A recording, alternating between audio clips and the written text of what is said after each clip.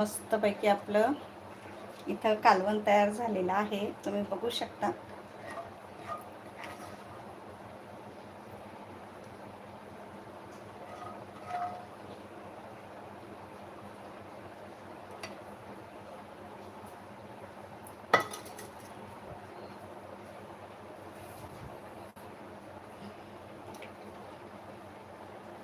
इथे बघा अशी मस्तपैकी झणझणीत आपली ही भाजी तयार झालेली आहे.